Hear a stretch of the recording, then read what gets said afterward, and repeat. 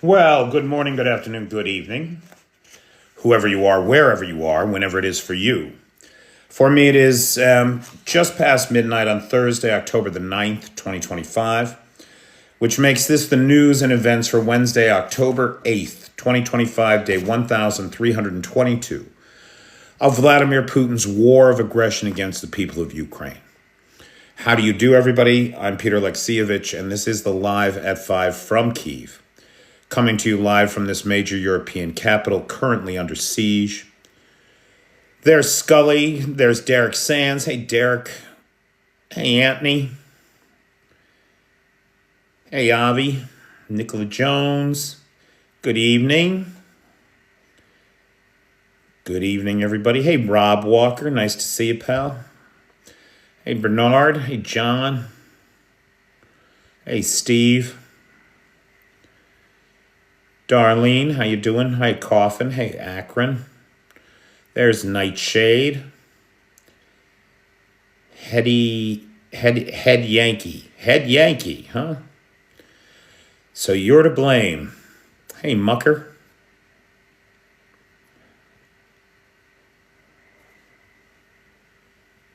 Hey, Bakhmut. Hey, Richard Prexis. Evening Raven.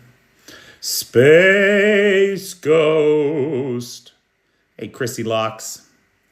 How's everybody doing this evening?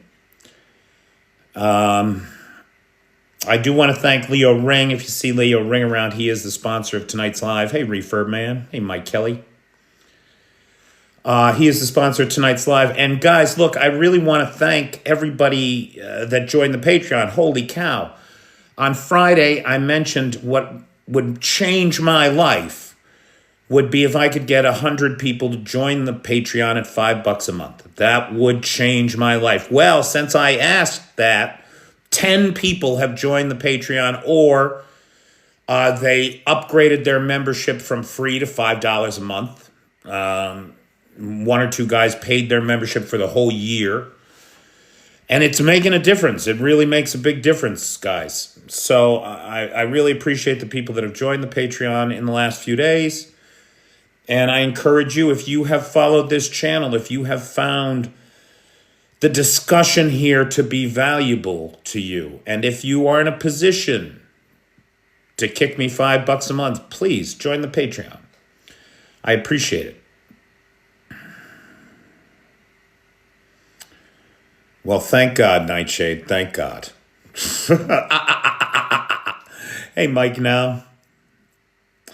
I know, Avi, I know, and I really appreciate it.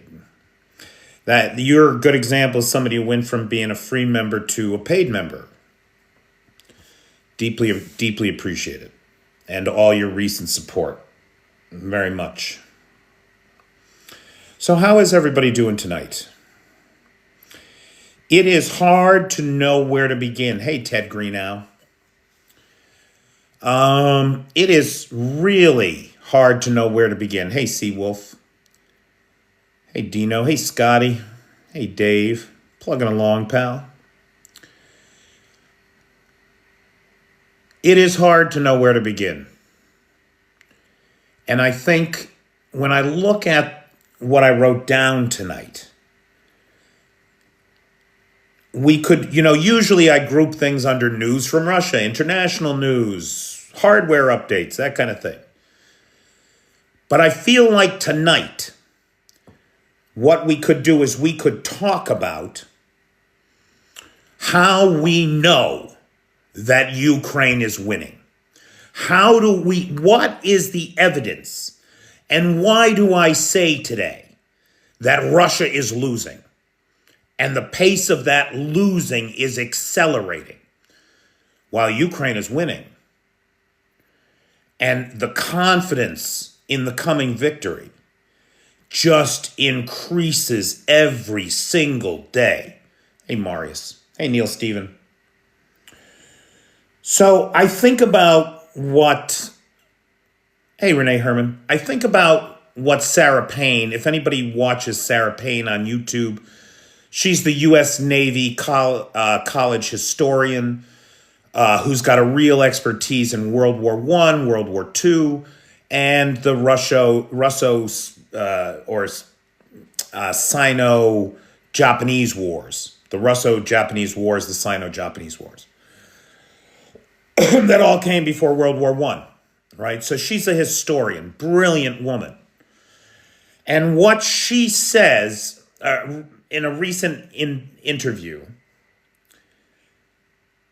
somebody said something about industrial base makes winning a war, is what wins a war, industrial base. And Sarah Payne very politely corrected him to say, no, it is alliances that win wars.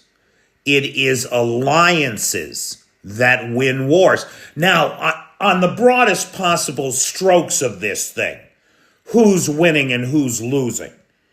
Well, we can see the alliances that Russia has with pariah states like Iran and North Korea. China's a problem, certainly. But most of the friends that Russia calls upon are happy to do everything they can to take advantage of Russia, and Russia is happy to do everything they can to predate on their friends. So it's not exactly a union of equals over there. But the whole world stands with Ukraine, the whole Western world, the whole democratic world. And it may be more than the democratic world because Russia has enemies. And Russia has made real enemies in the Central Caucasus lately. Their aggressive attitude toward Georgia has resulted in Armenia leaving the CSTO, right? Pulling away from Moscow, turning to the EU. And then we see their neighbors, the Azeris, with whom they've just concluded 300 years of violence with, or something like that, 30 years at least, in recent memory.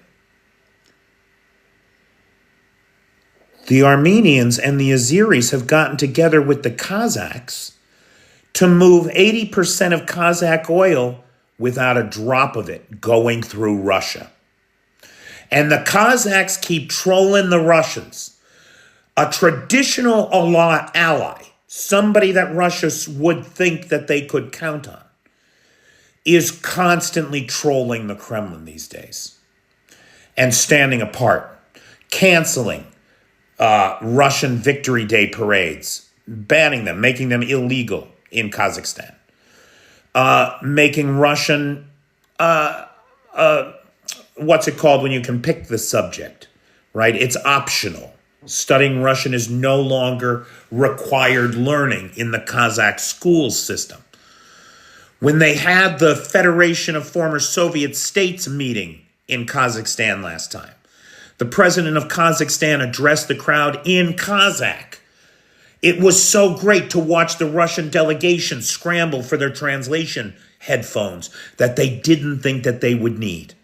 Because like the waning colonial power that they are, they thought that they would be able to depend on their vassal state to speak to them in the conqueror's, colonizer's language.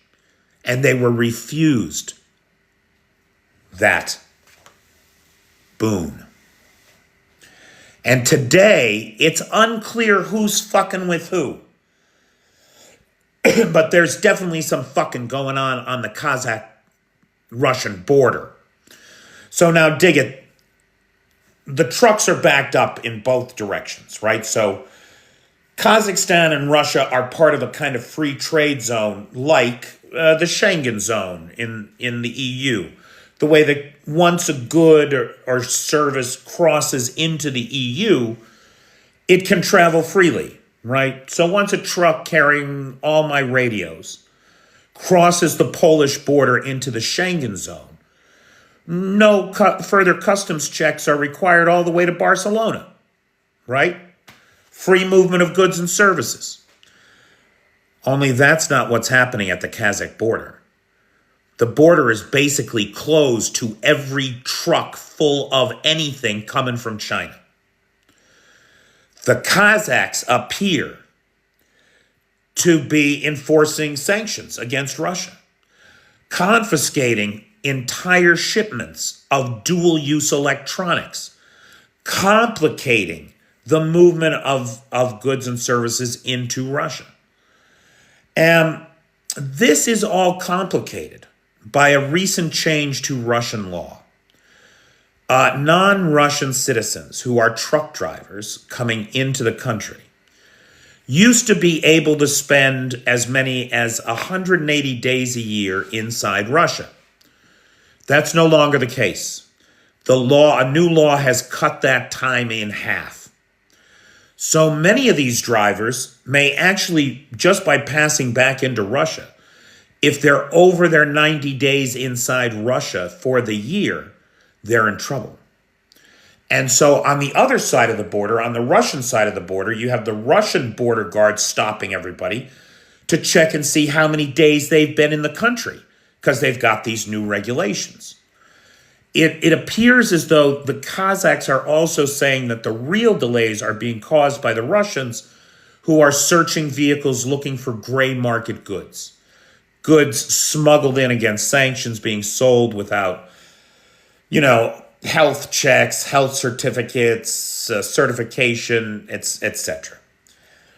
So it's unclear exactly what's happening at the border, whether it's the Kazakhs who are worried about secondary sanctions stopping Chinese dual-use goods from crossing the border, though that clearly does seem to be happening, or whether it's the Russians who are looking for these gray market goods and checking the legitimate visa readiness of these truck drivers under the new laws.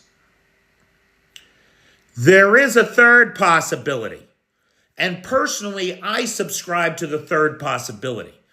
Remember last week when an oil refinery and a chemical plant in Kazakhstan were hit by Ukrainian drones? I'm sorry, not in Kazakhstan, but just north of Kazakhstan. In Russia, right? 1,400 kilometers, 800 plus miles from the Ukrainian border. And a lot of Russians said, that can't possibly be Ukrainian drones. There's no way the Ukrainians have the capabilities to strike this far inside Russia. These drones must have come from Kazakhstan. The Kazakhs are in cahoots with the Ukrainians. We should invade Kazakhstan. We should teach them a lesson. We should reduce the capital to rubble and a whiff of ozone. More of that bullshit nuclear saber rattling from Peskov or Medvedev in the Kremlin, pardon me. Oh, it's definitely autumn.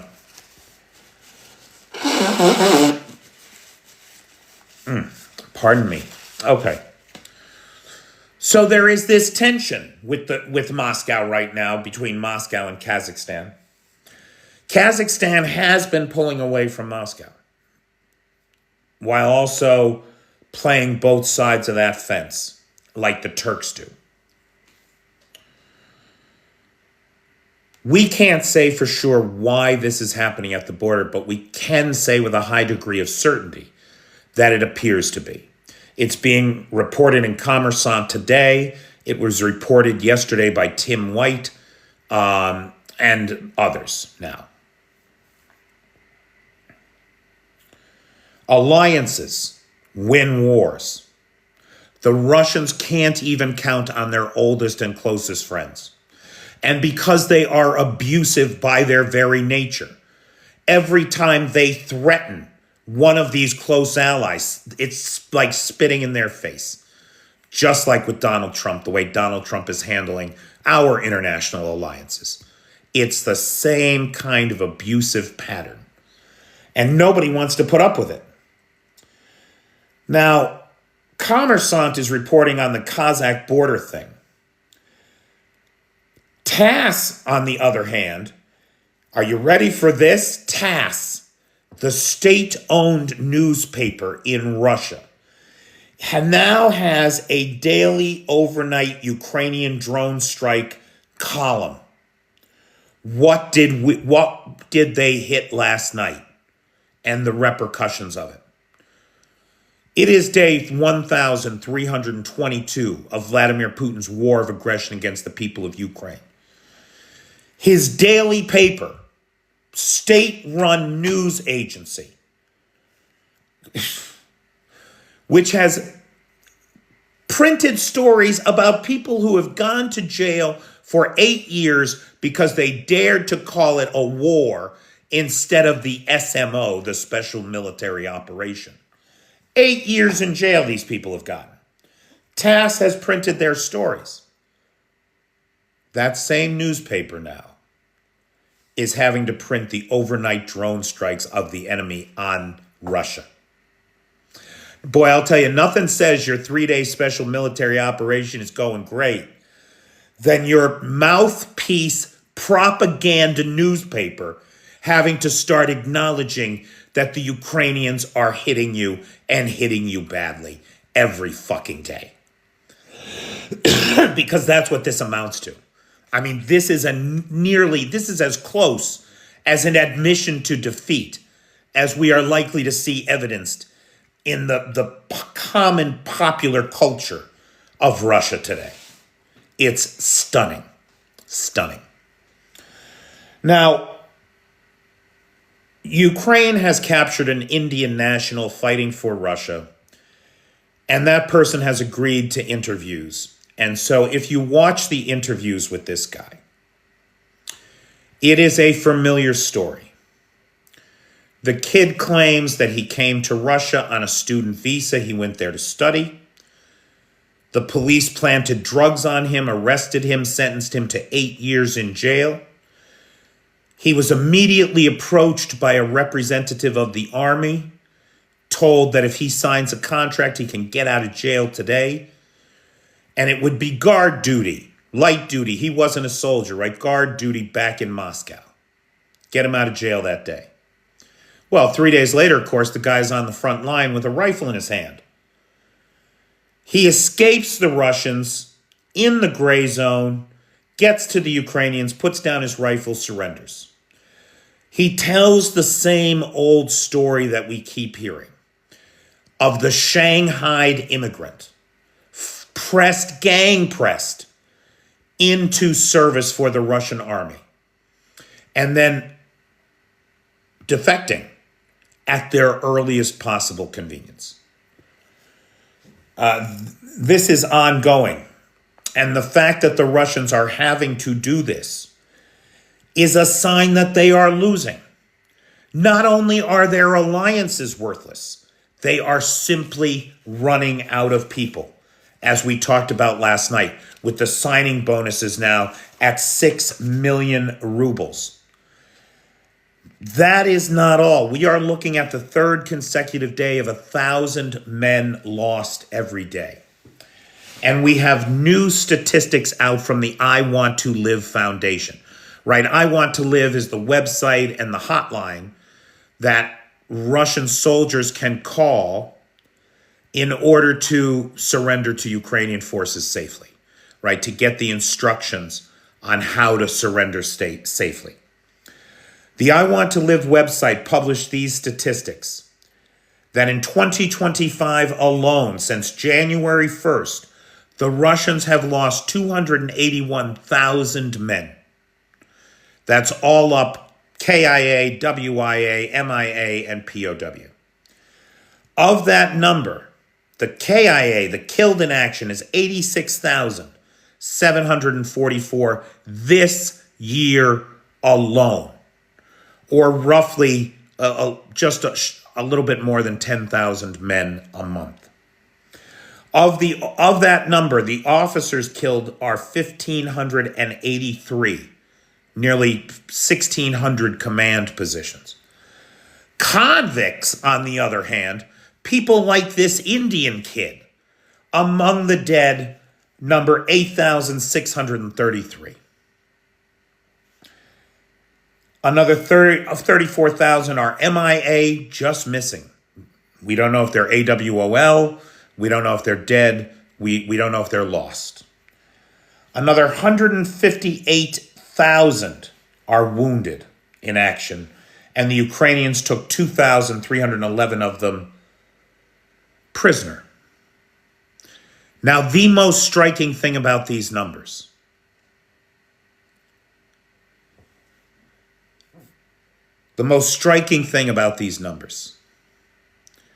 is that in any normal army, in modern warfare, your killed in action to wounded in action is 1 to 3.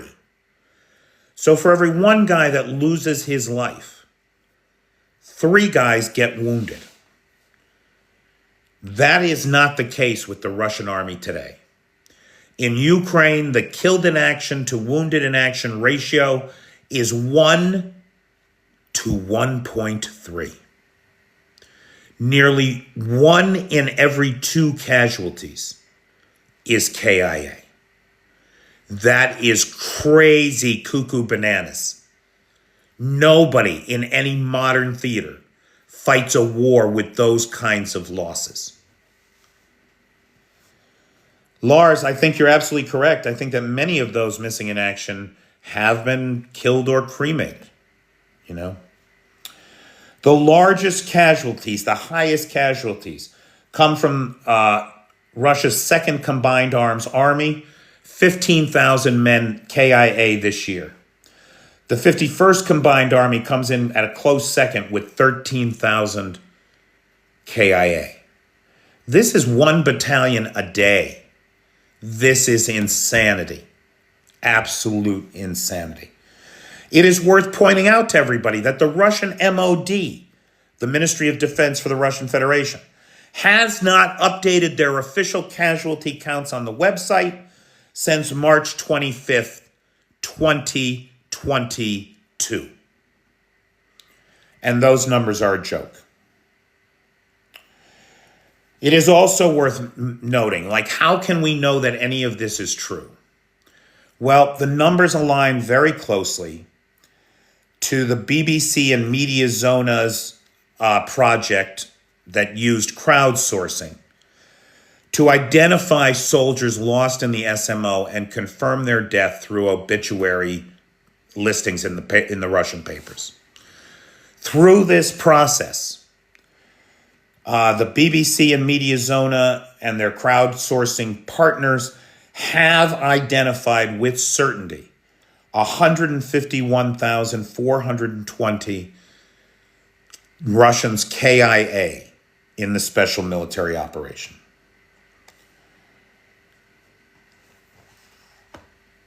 It's quite a thing. Last night's overnight missile and drone attacks, we didn't see any missiles come in, but we saw 183 drones with 154 of them intercepted. That's an 84, almost 85% interception rate. This lack of manpower, this asymmetric killing on the battlefield, the lack of alliances, the desertions and the level of desertions mean that Russia is losing. That's what it means. Now, in terms of Ukraine, right? Ukraine is demonstrating every day that it can hit whatever it wants, wherever it wants. Yesterday for Putin's birthday, now this is interesting. So it's Putin's birthday, it's October 7th, right? Which is also the day that the Hamas war started. This is yesterday. It was 2 years ago yesterday. It's no coincidence that that war started on Putin's birthday. It was a birthday present to Putin. Took the eyes of the world off of Ukraine and his daily war crimes here to focus on something else. Which is not at all to minimize the suffering of those in Gaza. I'm not trying to do that. This is not a competition.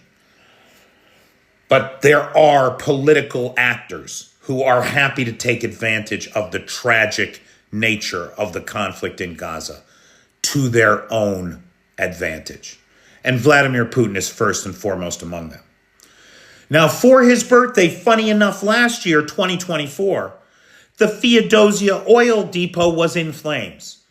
12 of the 34 oil tanks burned over 4 days. Oh, wow, cool. burned over 4 days. And the same exact thing is happening this year. The largest single oil depot and hub inside of Crimea is on fire. Multiple tanks are burning, and the fire seems to be spreading in day 4 since it's hit.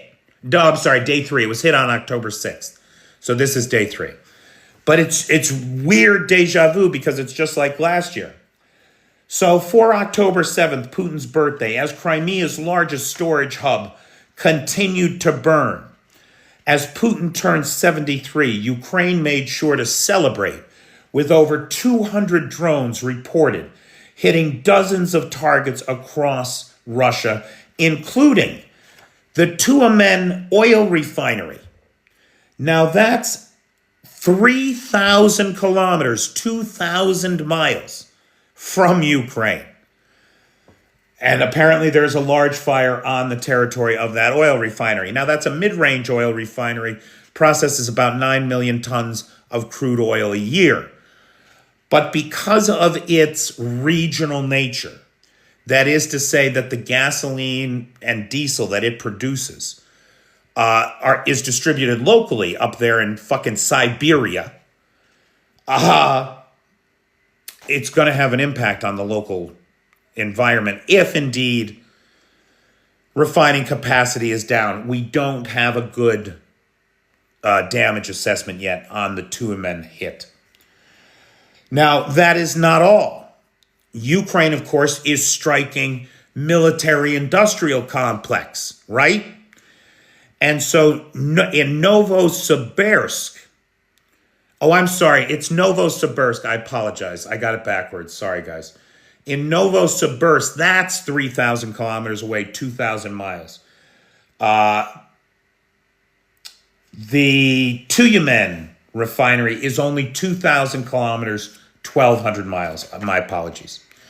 So in Novosibirsk, 3,000 kilometers away, Astra reports that the Zavod Priopia ferrous metals plant has been hit. Now, these guys produce solders and alloys for electronics, dealing in tin, lead, zinc, copper, and silver, common ferrous metals used in electronics. A fire engulfed a 2,000-meter square warehouse. That's about 22,000 square feet. 70 firefighters responded in 23 engines. They were unable to contain the blaze until a fire train was brought in to extinguish the flames. Neither Russia nor Ukraine have commented on the effects this will have on defense production for Russia. We don't yet know, because the plant has, 1,500 civilian customers, and it also services the military. We do not know what it was working on. Now, given the fact that all of Russia has retooled for the war economy, it's likely, of course, that they were in the process of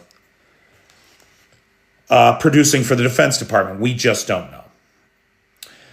Now, dudes, the hit on the oil infrastructure, the hit on the military-industrial base is just the beginning. I got a list of targets as long as my arm. Ekaterinburg, we saw 1,000 square meter, 11,000 square foot building that makes naval propulsion turbines and engine systems for the military burn. In Leningrad, all the way up by St. Petersburg, a military train derailed. Down in Krasnodar Krai, we saw an electrical substation hit. The hits are, and Belgorod in the dark again. I mean, nowhere is safe inside of Russia. And this is just a hit list of some of the biggest and best hits. This doesn't include things like an HQ getting blown up in Donetsk. I forget for who. Not the 8th Combined Arms Army. maybe the 41st. I'm not sure, but an HQ. That's what I'm saying. An HQ in Donetsk gets blown up, and it's not the top story. It's not even close. Not even close. The fact that Theodosia is still burning 3 days after it was hit is a story in and of itself. At the same time that Crimean gas stations, half of them are closed because there isn't any gas. And the other half are rationing. You can't buy more than 1,000 rubles worth of gasoline a day in Crimea. What does that work out to? That's about 12 liters. It's about 12 liters at the current price. That's about 3 gallons. Imagine you had to get along on 3 gallons of gas for my American friends out there. Holy shit. You wouldn't be able to do anything. And there's a little confusion. I'm not sure if it varies by region, but I'm seeing differing reports about what the actual purchase limits in Crimea are. There are some outlets that are reporting that it's 1,000 rubles a day, which will become less and less gas as the price keeps rising. But then other folks are reporting that it's 1,000 rubles every 3 days, that you can only get 3 gallons of gas every 3 days in Crimea right now. And it's unclear whether that's for all of Crimea, parts of Crimea, or we're missing something in the translation. Right, Pete? You are not kidding. Okay. Curiously enough, I report a lot about what the Russian papers are saying, like we talked about Tass and Kommersant tonight. Well, you know what the Russian papers aren't talking about? They're not talking about the fact that Feodosia is on fire. Despite the fact that there is a column of smoke, right, like Moses in the wilderness, a column of smoke that you can see for tens of kilometers around, the papers don't mention it at all. And the local governor has said that debris fell on the territory of the plant and caused a small fire that was quickly brought under control. That is so clearly not the case. Multiple tanks are burning and the fire is spreading 3 days after the hit. How the papers just ignore this.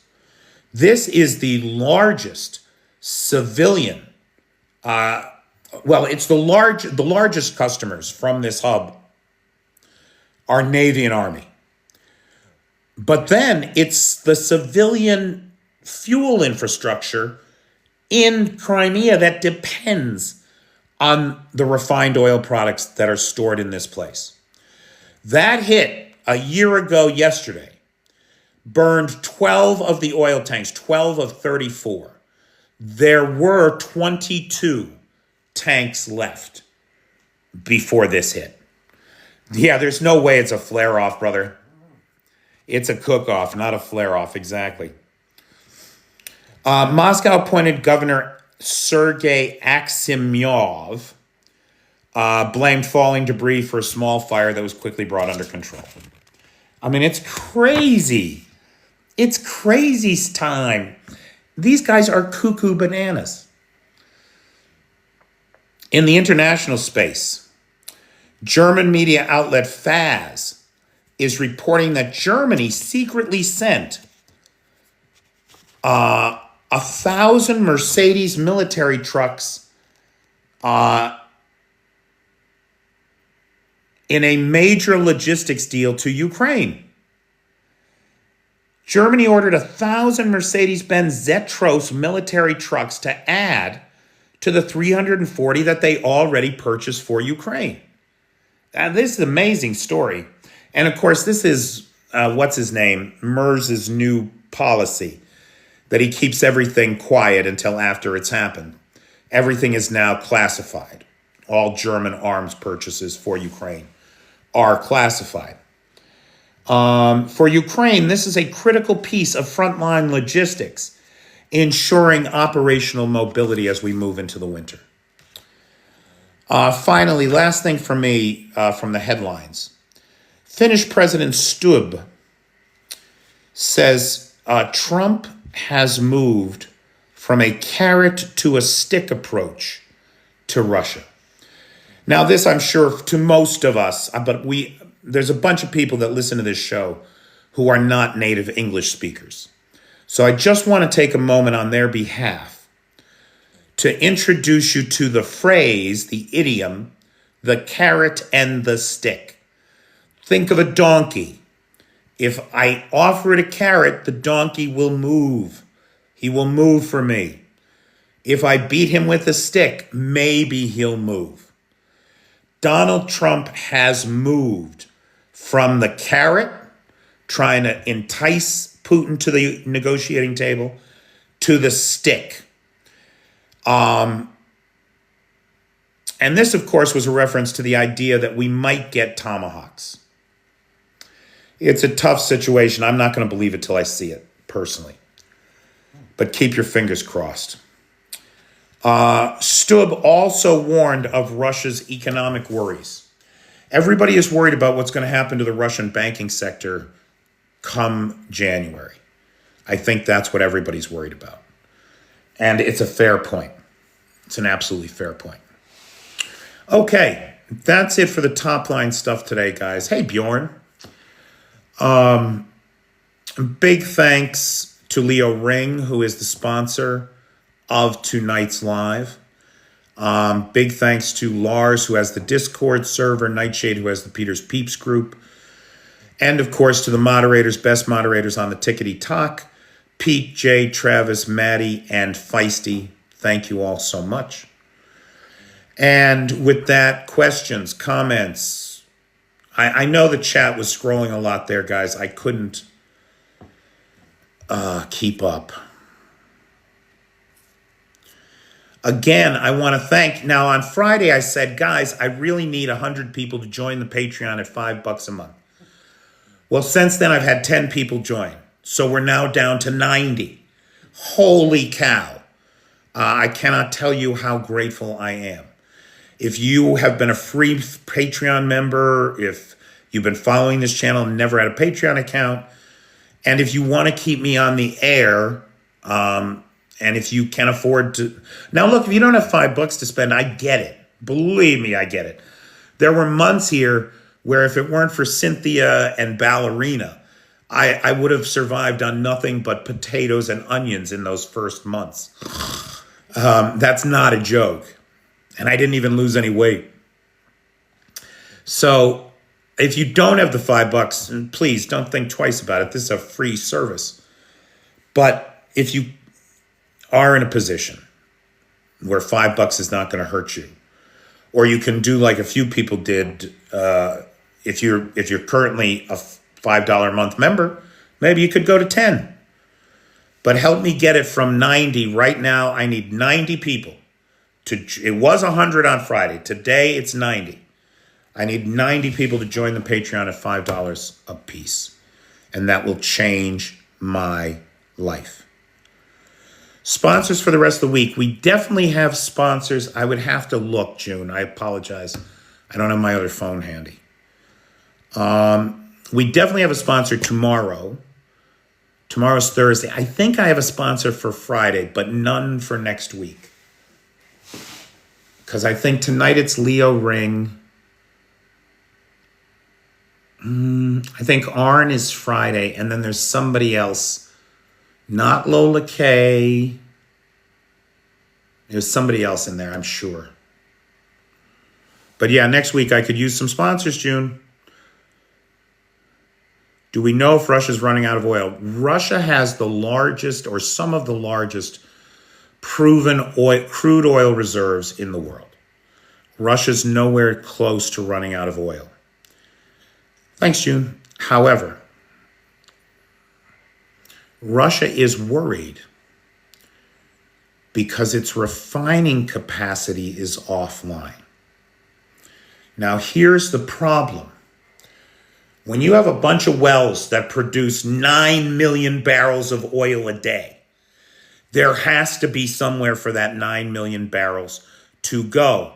Hey, Bjorn, you finally joined the Patreon. Thanks, buddy. 89 kids. We're down to 89. I need 89 people to join. Yes, sir. Beautiful. You are the best. I do, Seawolf. I do have you for Tuesday next week for Nutmegger's birthday. Now, hang on one second. Okay, so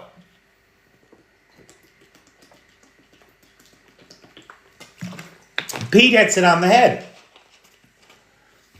The Russians live in a just-in-time economy.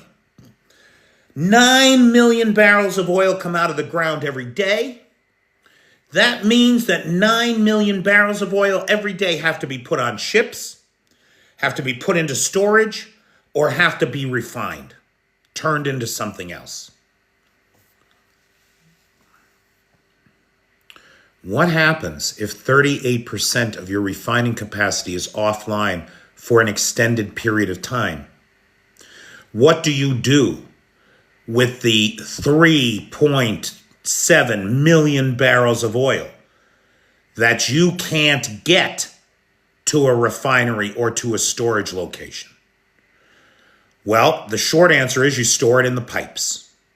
Store it in the pipes. If you can't get it there right now, you can store it in the pipes. But that's a problem. Those pipes are under pressure. They're meant to keep moving. What happens to that oil if it's not moving under pressure when Russian winter comes? You get these enormous, frozen, gelatinous, what they call plugs. And they're called plugs with good reason. They don't fucking move. If Russia can't figure out what to do with those 3 million barrels a day that it cannot currently process but are still coming out of the ground, they might either end up with frozen pipes and plugs, or they might have to shut down production. They might have to drop production by 3 million barrels a day. Holy shit. That is the last thing you want to do in a business that is absolutely dependent on volume to make money. The Russians are barely breaking even on this shit right now. So, that is a problem.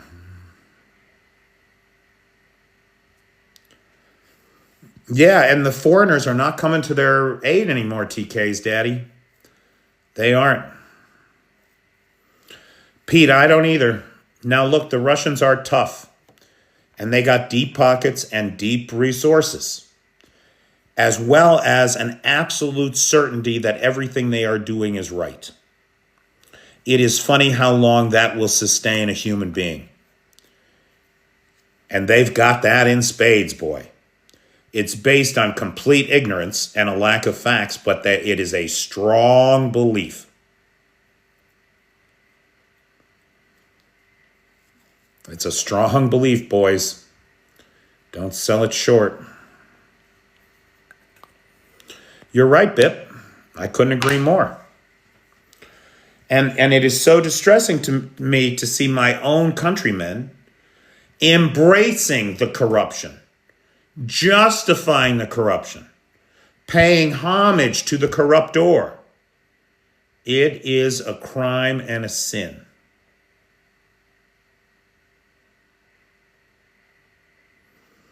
Yeah, Hopat, I don't know the answer to that.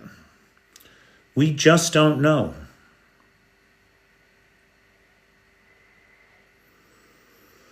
So my dream is not for sale. So my dream is not for sale says, with global oil shortage, U.S. gas prices will rise, U.S. oil corporations will make profit. If any of that were true, yeah, you'd be right. None of that is true. There is a glut of oil in the world. North Sea Brent just fell to $60 a barrel. it's selling at the Russian price cap. So OPEC has put another 2.5 million barrels of oil on the market a day, increasing production, dropping prices. The problem is, here's the problem. The American shale oil and gas industry, which made America a net exporter of fossil fuels in the last 30 years, is a very dirty, expensive business. It costs between $52 and $55 a barrel to get shale oil out of the ground. If the price of oil falls below $55 a barrel, you're looking at the extermination of the American shale oil business, which is what Mohammed bin Salman wants. Everybody forgets that he and Putin were in cahoots back in 2018, 2019, before COVID hit, to do just that. So, the worst part of this is that if the American shale oil and gas industry goes bankrupt, not only will it cost America tens of thousands of jobs, good paying jobs, but it will also almost certainly mean higher gas and fuel prices for American consumers, because then there will be a market shrinkage. It's a bad situation. Thanks, my dream is not for sale. And it's very complicated too, right? It's very complicated. Global markets are complicated by their nature. And I'm only relaying what I believe to be the latest and greatest information. If somebody looks at other things and can give me data that tells me I'm wrong, please, by all means, bring me up to date. Possible strike on oil refinery in occupied Crimea. Awesome guy. Every one of those we love. Hey, Jan. William Lee, how do you do, my friend? In the description, in the bio, is a link to the Patreon.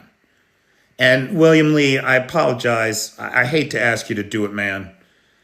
But you know, there is an app for that. And the best thing you could do is download the app, the Patreon app, from your Google Play Store or your Apple Store. So get Patreon, Patreon, and download the app and subscribe. Yeah, Mr. Global is great. I highly recommend him.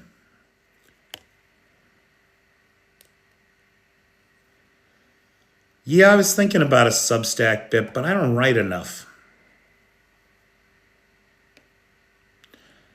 Meteors to be sent for the Grippins. I don't know what a meteor is.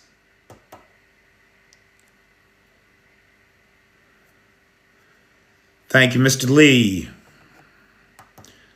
Yeah, dudes, I'll tell you, I was really flabbergasted last night when, after having that discussion of needing 100, to suddenly have 8 people sign up last night was very humbling. Thank you. Hey, Jan from Norway.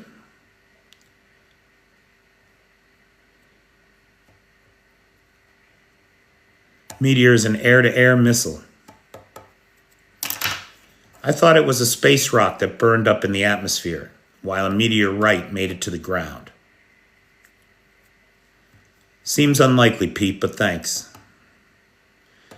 Yep, all the lives are posted on YouTube, as this one will be just after we're done. It takes about 2 hours to render it and then upload it. They're all there, Hopat. Thank you.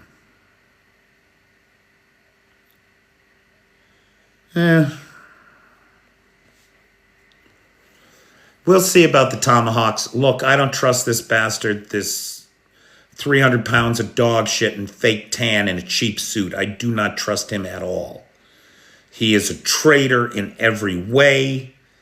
He wants the federal government shut down. He wants everybody to think of him as the end-all, be-all of federal power in the United States.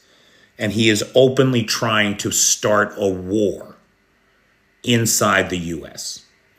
So I have no belief that this guy's going to do the right thing at all. In fact, I sort of believe that the only reason he's talking such a good game about Ukraine right now is because he got the federal government shut down, which means that he can slow deliveries to Ukraine. So, oh, federal government shut down. Oh, was that distribution hub shut down? Oh, well, don't worry. We're going to reroute it. We're going to reroute it through Memphis. It'll add a few days, but don't worry. It'll get there. He's going to be slow walking everything now. So while he can pay lip service to the defense of Ukraine, in the background, he's stabbing them in the back. And all those of us that believe in democracy too. Raven is talking about Stephen Miller having an aneurysm on the TV. It was really something to watch because he used the words plenary authority, which is King Donald, right? He used this term, and nobody should use this term because we live in a country of laws and checks and balances, and so nobody has unrestricted authority to do as they please.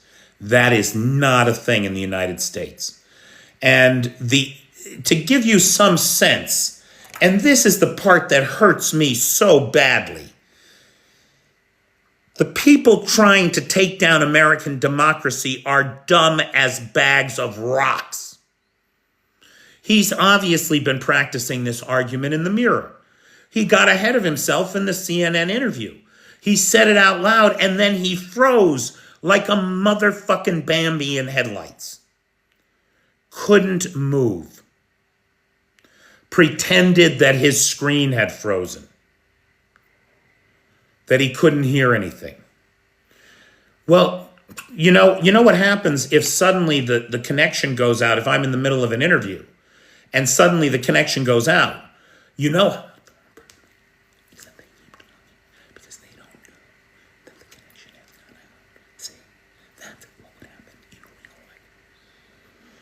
But on this motherfucker.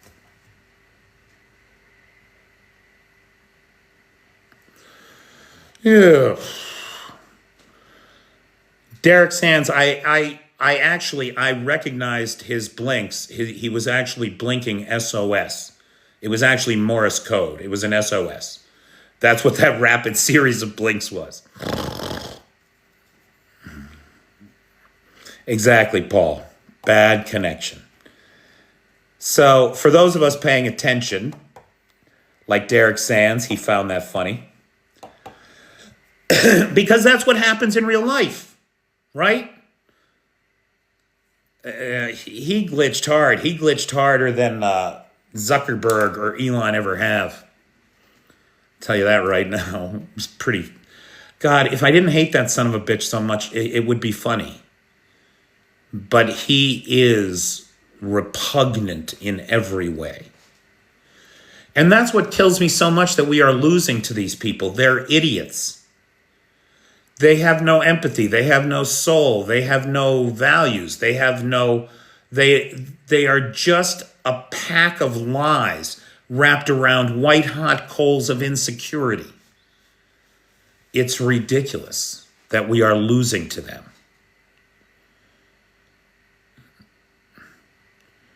Pingu, don't be insulting to vampires. I've known a lot of Nosferatu that had more charm than this motherfucker.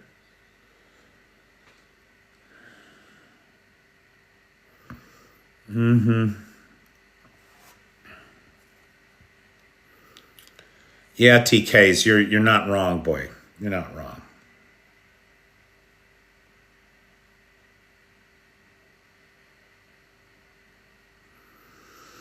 Bip got muted by accident, huh? It's all right. He'll be back next time. I don't know how to undo it. I don't know any of that stuff, guys. I'm sorry. Bip, I'm sorry if you can hear it. Well, look, it's over anyway. It's 12:59 here. It's 1 a.m. I got to be up early tomorrow. So, big thanks to Leo Ring, who's a longtime friend to this channel. One of the first to support me here. So big thanks to Leo. Big thanks to Lars, who has the Discord server, Nightshade, who has the Peter's Peeps group, and of course, the best moderators on the Tickety Talk. Even when they accidentally mute a friend, the thing scrolls. It's a problem. I know it is. No worries, Pete. Okay, so ladies and gentlemen, good night and have a pleasant tomorrow. Take care, everybody.